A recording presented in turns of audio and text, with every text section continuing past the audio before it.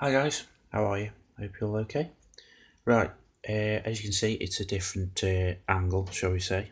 Um, I've had to do the final reveal of this Joe's build diode downstairs because it's like a shelf basically. It's quite big, as most of you that have been following the build will know.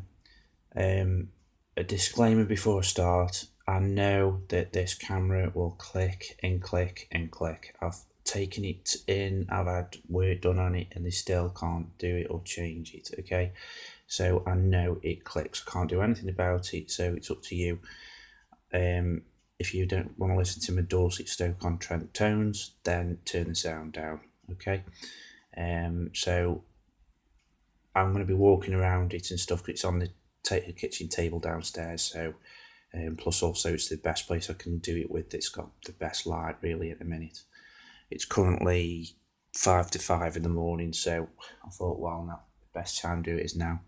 Anyway, without further ado, I shall put you on pause and we'll go over to the table. Okay guys, so we'll start off from here. I'm sorry about the shakiness. So to give you a bit of a gist of how big it is, that's the kitchen table with it on. So with it being for Joe, and Joe meaning quite a lot to me, I wanted to do something a little bit different. Now, this was the idea that I had for my Bridge Too Far build. My favourite scene, well, I've got loads of favourite scenes in that film, but my favourite scene is one of two really. The first one of where the young lad's cycling and the road at the beginning, and the Spitfire comes over the top of him and then does the little wave. Because he's for photographing and taking reconnaissance pictures, the Spit is. And then my favourite ultimate scene is where all the army is in Belgium and ready to go to ready to move on that road, and then as it's coming along it gets hijacked by the Germans waiting in the forest. I just absolutely love that. So my idea was for the Bridge Too Far build was to do 3 or 4 vehicles on just the road waiting to go, with the Staghound or whatever it is, the car with Michael Caine in it, with a couple of Shermans or Universal Carriers or whatever. Anyway, by the by, so I've decided to do that for this now. So it has been a hell of a lot of work, really. If I'd not been at work and stuff like that, and I cracked on with it every single day, and that, I probably would have had it done a lot quicker. It zapped my mojo. I think I've just given myself way too much to do in such a not a massive amount of time, if you know what I mean. The diorama consists of 5 vehicles. The burnt out Hano Nag at the top end. Let's start there. That is the Tamiya, the cheaper half-track kit, where you get the soldiers with it too. This crashed motorcycle and sidecar is, I think it's a Tallieri kit. I've just taken the soldiers and built the soldiers with it. The the T-34 at the front with the mine plough is the Zvezda kit. Lovely kit, barely any fit issues to be fair. There's you can tell it's a cheaper sort of plastic material, one of the original Zvezda kits. But apart from that, not a problem with that whatsoever. The middle T-34, they're both 3476s, by the way. The 34 in the middle is the Tamiya one that everybody seems to have done for this group build. To be fair, typical Tamiya falls together. However, towards the back end, where the exhaust saw and that. I've had a couple of fit issues, so I've used a bit of filler, where compared to the Zvezda one, and then this KV at the back is a KV1, and that is a Tamiya kit. Very basic, put that together, very, very well. The football started on a Saturday at about 3 o'clock kickoff. By final score about 5-5, 10-5, it was all built and put together. It really was that simple. No fit issues at all. Typical Tamiya, fell together, just very, very basic. And then you've got 20 figures, and that is, I think, what really, really zapped my mojo. It was a combination of that and sort of doing 2 T-34s after another. So instead of having a bit of excitement of, different kits, it was just basically the same kit being done twice. So I get bored very easily, I think. So the twigs and trees are just basically things I found taking the dog for a walk through parks and stuff like that. As Simon Kemp will tell you, he calls me now Chainsaw Steve. Very, very good, Simon. Anyway, so they just basically stuff I've found and manipulated and, whatever else.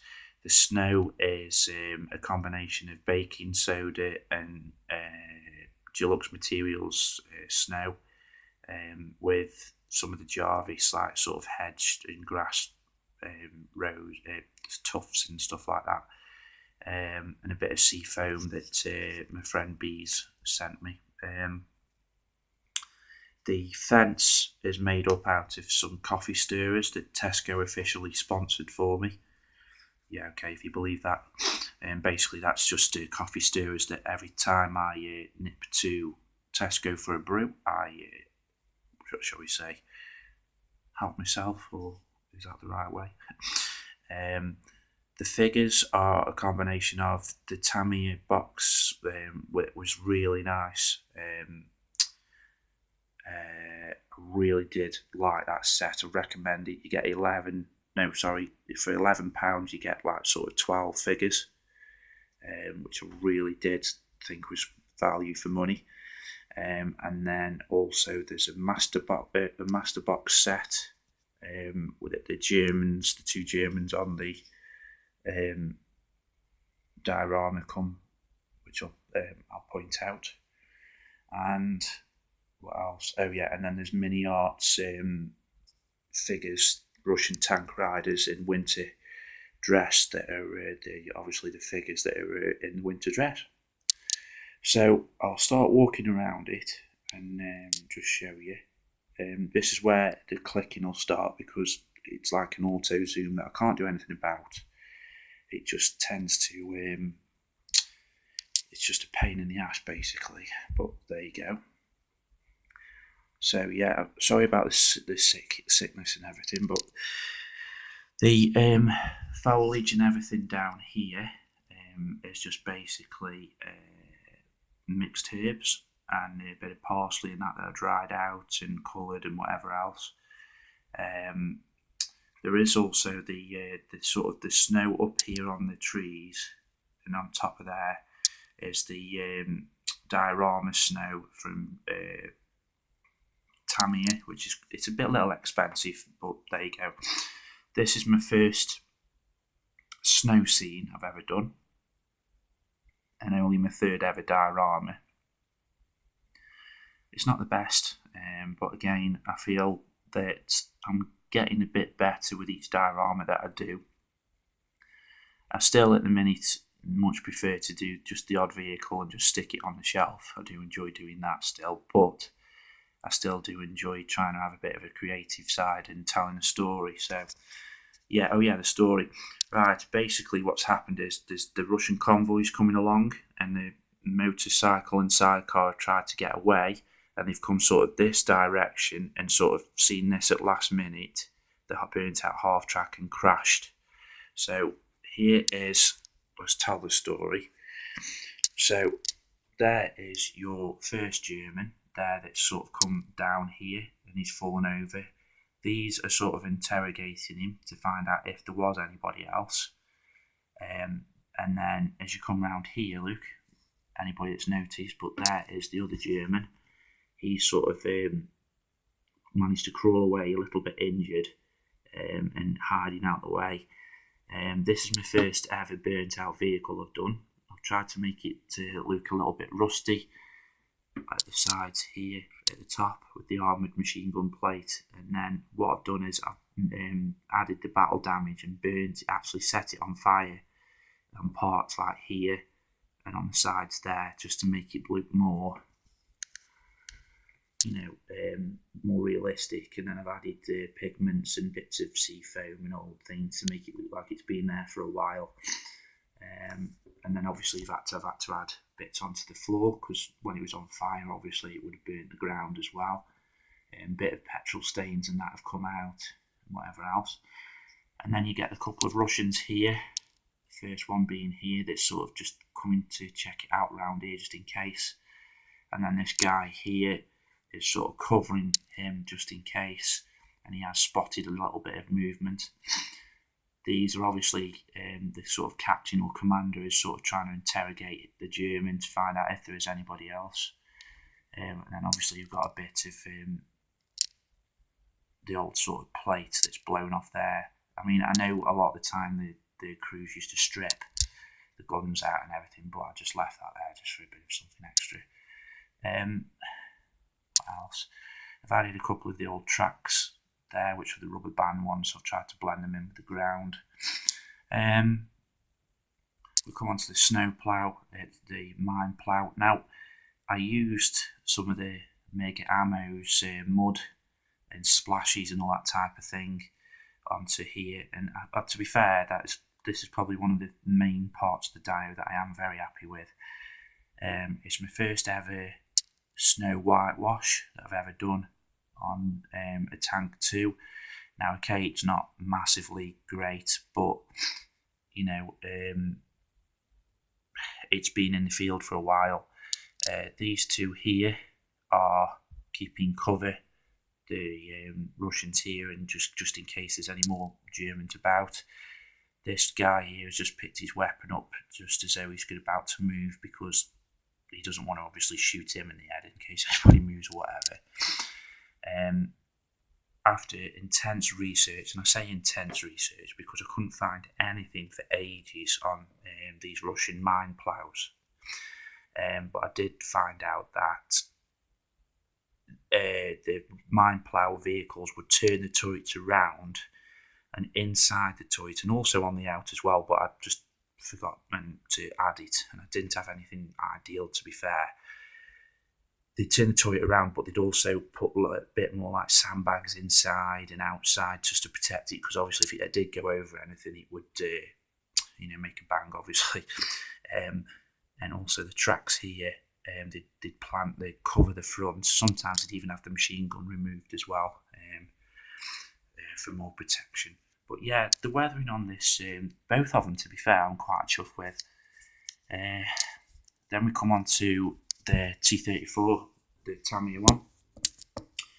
Now this one, I've put sort of a Fury-esque German helmet on the front. They've attached it to the barrel. I've even tried to add the straps that would go around the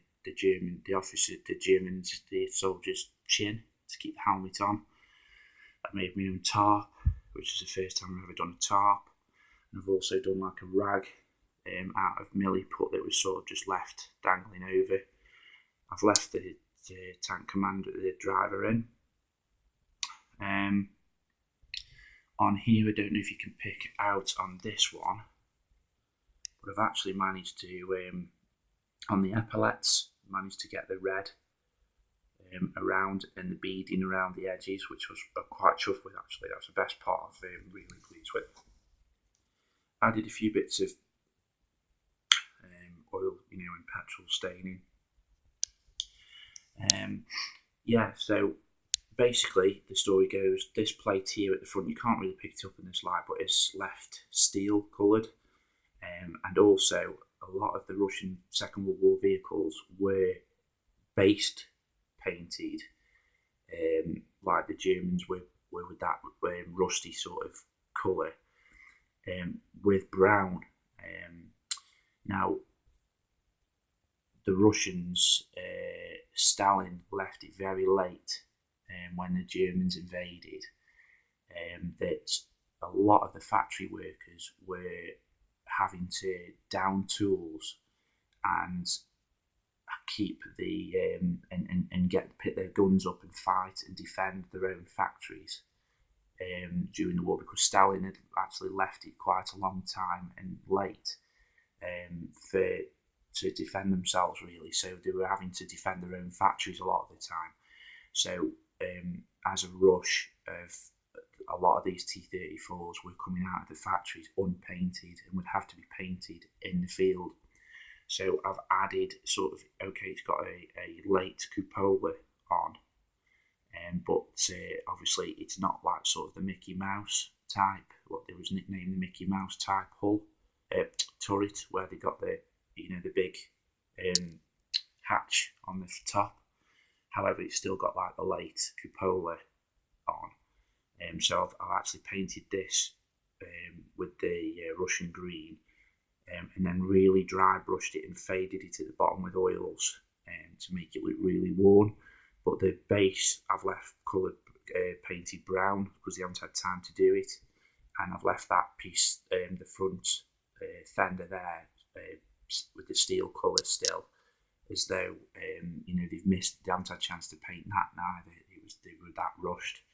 So yeah, I've just tried to improvise a little bit, just to add a bit more interest to certain things with it being such a big diorama, really. One very, very tedious job, if anybody's followed me other videos, is slinging the weapons, adding the slings to them. I spent all day. What day was I off? What day are we on now? We're on Friday now, Thursday, Wednesday, all day Wednesday, 8.5 hours near enough, slinging these weapons up, painting them, and oh god, by 7, 8 o'clock Wednesday night, my eyes were killing me. They really were. But yeah, this tank rider at the back in the winter dress has got the a German MG-34. I just added something a little bit different there. A few streaks and that from the engine plate at the back. This Russian here is just keeping covered, just down the right flank, just in case. That's one of Greg's trees. Thank you, Greg Riley. Check him out, lovely chap. Obviously the convoy is pulled over. There's another tarp that not a tarp, more of a blanket that a lot of the Russian tanks used to keep inside to keep their crews warm. Mainly the commanders really used to wrap themselves up to keep themselves warm in the winters months. The mini art sets were great. This winter rider set was the detail on it is incredible, really, really good. However, the amount of sprue goo and filler I've had to use in sanding to get them all to fit straight and everything is another story. And for, like I've said in my previous videos, for the 2017 kit, I think that's quite disgusting, really. But anyway, by the by, this is a commander figure from the old Tamiya SU-85 that I built last year sometime. All the other figures are actual T-34 commanders that I've picked off from other, builds and that. But yeah, all in all, I've quite enjoyed it. The KV-1, can't really tell you much about that. It's the one with the applique armour on the sides, the added armour. Now, a lot of these sayings, I don't know, most of you probably know, but a lot of these sayings on the sides were basically sponsors that the factories that made the tanks could put on and have it added onto the side of the tanks. And also, a lot of them were sayings that Stalin had done, sort of said, for sort of motivation for the troops or whatever. Now, there's another little story going on over here. these two here, this commander has got his binoculars out and has suddenly spotted a little something going on, perhaps in the distance over here. And this soldier's come from off the back to sit on there to get a better view. Again, I don't know if you noticed, but I've really gone to try to go to work on the slings and everything. Managed to add the red star on the front of his hat, his helmet, or whatever you want to say. Don't know if you'll be able to pick that up. No, you can't really. Like I say, it's not the greatest camera, I'm afraid, guys. This KV I wanted to sort of normal washes and that I didn't add. I added actual rust washes because I thought I wanted to try a different technique. And instead of like sort of giving it all its wash and everything that you normally do, and that's and then you apply your weathering afterwards, you know, like your rusting and all that. I thought I'll just try it all at once to see if I could save any time and effort, you know, and it's come out okay. I've just added a rust wash and then just like sort of streaked it in bits. So it seems okay. It's not great, but you know, there's always room for improvement on whatever you do, really, isn't there? But yeah, all in all, quite enjoyed it. Once now, towards the last couple of days, when I've decided to sort of pull my finger out and try and get things done, I've sort of started to enjoy it a bit more. Sorry about the walls and everything as well. If people pick up that and the house, I'm having the front room done. We're getting the front room done here, so I'll just try and just do this sort of view around here. I've added a bit of warping here. I've stuck a hot screwdriver through to make it look like where the shells come through and impacted and come straight out the other side or whatever. I've added some green sort of streaking and dew and that, where obviously because of the trees and with it being here for a while. I don't know if you can pick those up there.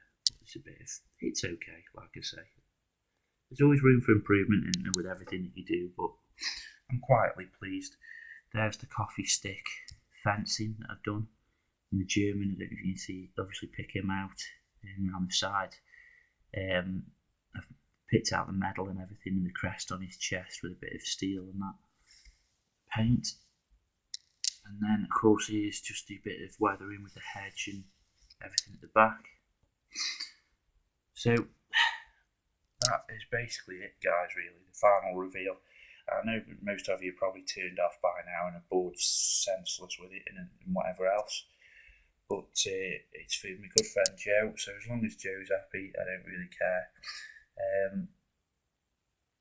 Like I say, the splashes and everything I've added here, which we make, like I said, Megamu's products and that, tried them. But yeah, it's okay, it turned out not too bad.